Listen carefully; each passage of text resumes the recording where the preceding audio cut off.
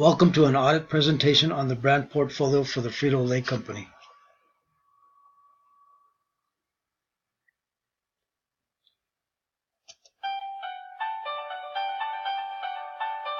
The Frito-Lay Company brand portfolio audit.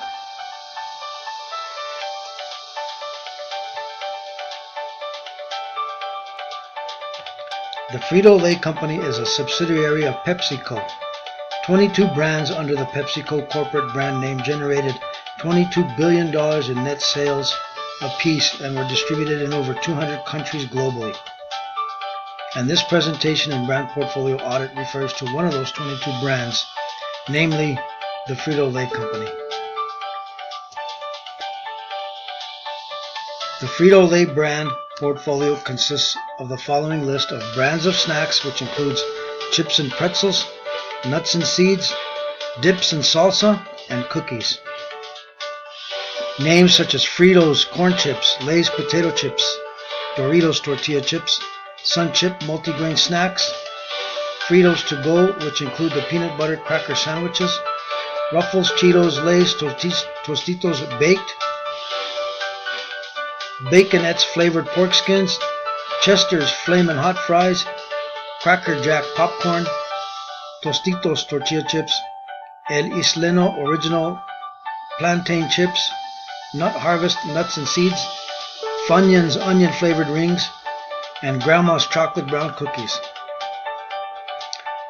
Within each of these brands are groups of sub-brands and co-brands, all with flavor variations, brand name extensions, individual roles, strategic brand names, all contributing to the brand portfolio of Frito-Lay. What are the product-defining roles of each brand, sub-brand, and co-brand, and the driver responsibility? The logos and sub-brand names and the co-brands of the various products or snacks has its own identity and defining role to the consumer, with each of their own individual flavors and tastes, and from what each product is made from, and then the value and enjoyment consumers receive from each of them. Lay's potato chips, for example, have been around since the 1930s, which provides brand awareness, tradition, and equity to the brand portfolio as a whole.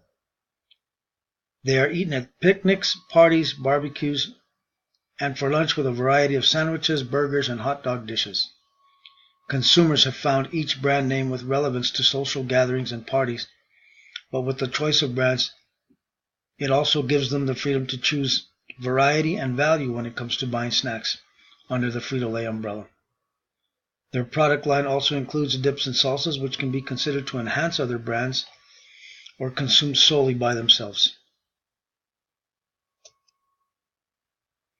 Next, in the brand portfolio audit, I've referred to what is termed as brand mantra, which means what the brand represents.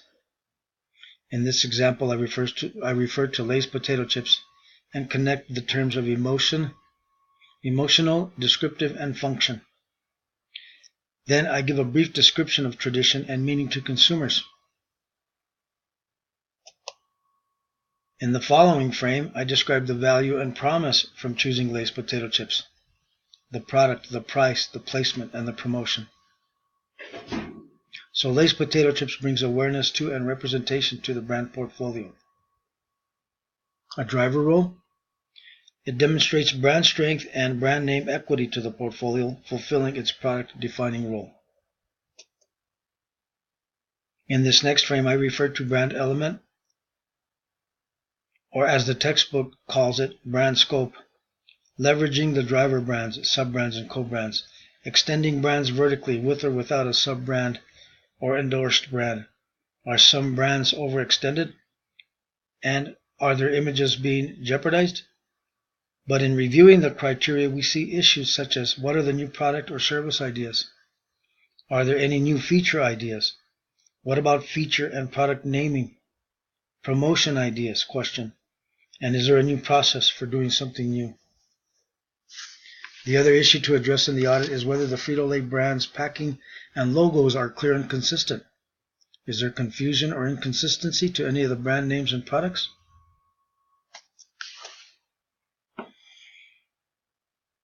Moving forward, I will now present the brand portfolio structure.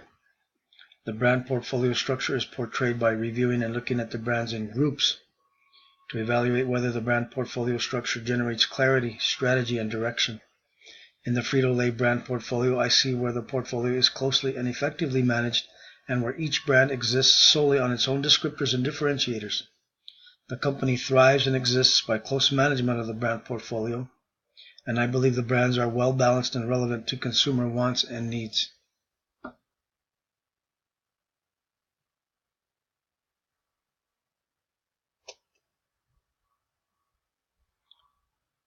And in summary, the new challenges for Frito-Lay is to remain relevant as the #1 snack food business globally by producing new high-end snacks as well as maintaining their value customers, that they continue to meet changing taste preferences by offering new products that appeal to health-conscious consumers, and expanding their everyday nutrition business, unlocking new opportunities for top-line growth, and further reporting that they are transforming their portfolio.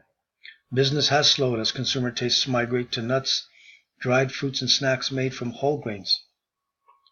The snacks market is over $22 billion and is losing sales, but the premium market has grown about 7% over the last 2 years, according to Goldman Sachs, while the bottom end will see only about 4% growth.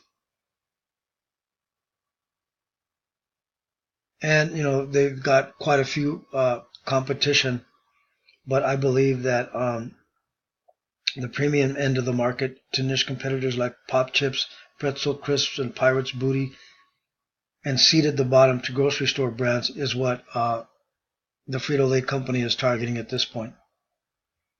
And again, I believe this is a result of the brand portfolio audit. That concludes my presentation on the audit of the Frito-Lay company. Here's a list of my sources. And thank you very much.